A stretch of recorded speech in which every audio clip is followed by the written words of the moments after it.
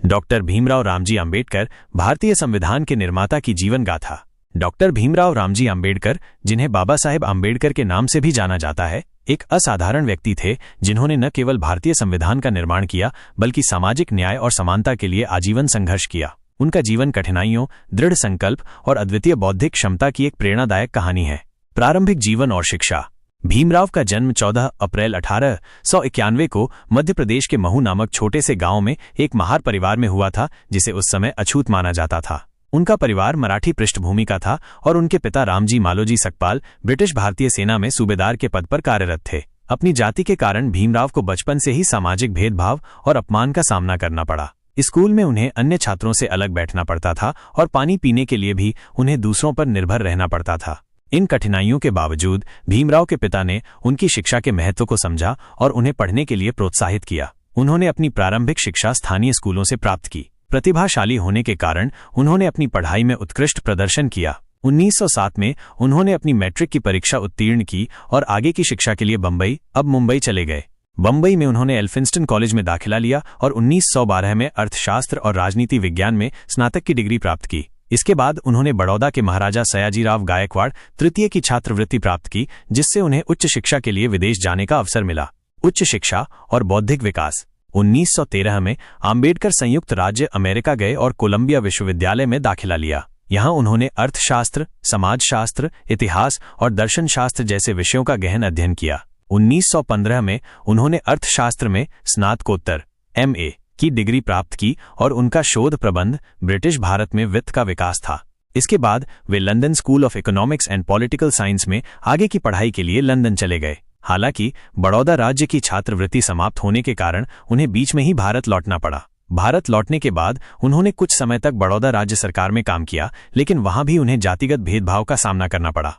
1920 में आंबेडकर फिर से लंदन गए और अपनी अधूरी पढ़ाई पूरी की। उन्होंने 1922 में अर्थशास्त्र में डॉक्टरेट DSc की उपाधि प्राप्त की। उन्होंने ग्रेज इन में कानून की पढ़ाई भी की और बैरिस्टर के रूप में योग्यता प्राप्त की। जर्मनी में कुछ समय बिताने के बाद वे 1923 में भारत लौट आए।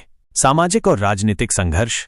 भारत लौटने के बाद डॉक्टर आंबेडकर ने अपना जीवन दलितों और अन्य वंचित वर्गों के अधिकारों के लिए समर्पित कर दिया। अगर आपको ये वीडियो ज्ञानवर्धक और रोचक लगा तो द रियल स्टोरी को लाइक, शेयर और सब्सक्राइब करना न भूलें। हम आपके लिए ऐसे ही अनसुने और ज्ञानवर्धक कहानियां लाते रहेंगे। देखते रहिए द रियल स्टोरी। और हाँ, इस वीडियो को अपने दोस्तों के साथ शेयर करना बिल्कुल न भूलें, ताकि उन्हें भी पता चले कि आप कितने ज्ञानवर्धक वीडियो देखते हैं। उन्होंने महसूस किया कि जाति व्यवस्था भारतीय समाज की सबसे बड़ी बुराई है और इसके उन्मूलन के बिना सामाजिक न्याय और समानता स्थापित नहीं की जा सकती।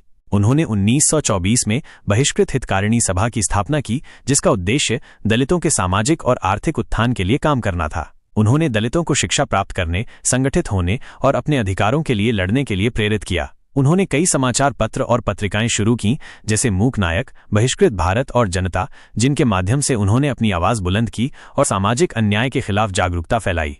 डॉक्टर आंबेडकर ने सार्वजनिक तालाबों और मंदिरों में दलितों के प्रवेश के लिए कई आंदोलन चलाए। 1927 में महाड में चावदार तालाब का सत्याग्रह एक महत्वपूर्ण घटना थी, जिसमें उन्होंने दलितों को सार्वजनिक तालाब से पानी पीने का अधिकार दिलाने के लिए संघर्ष किया। संविधान निर्माण में भूमिका।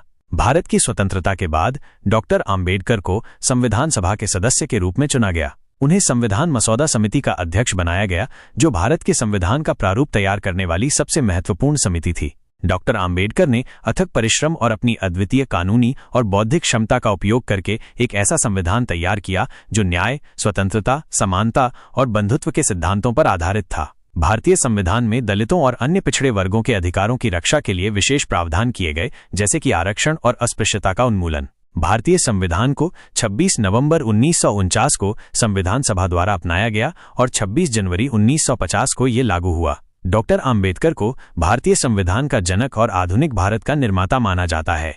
बौद्ध धर्म और अंतिम वर्ष।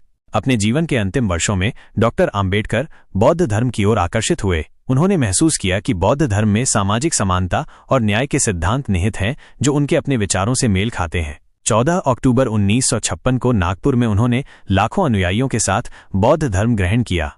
6 दिसंबर 1956 को दिल्ली में उनका निधन हो गया। उनकी मृत्यु के बाद उन्हें भारत के सर्वोच्च नागरिक पुरस्कार भारत रत्न से सम्मानित किया गया।